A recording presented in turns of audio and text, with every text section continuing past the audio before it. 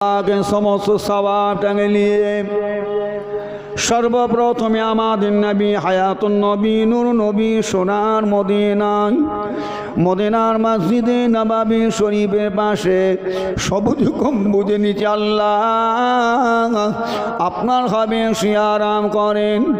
ও রব্বুল আলামিন আল্লাহ এই সওয়াবটা আমাদের পীর মুর্শিদ কেবলার বাৎসরিক দোয়া সবরেসানি মাহফিল থেকে আমার নবী পাকের দরবারে সওয়াবটা পৌঁছায় দিন। হুজুরের আলাউলাদ আম্মাদান সাহাবায়ে কেরাম সাহাবীগণ হযরত ইমাম হাসান হোসেন রাদিয়াল্লাহু তাআলা আনহুমা হযরত মা ফাতেমা রাদিয়াল্লাহু তাআলা আনহা তামাম হুজুরদের দরবারে সওয়াব পৌঁছায় দিন।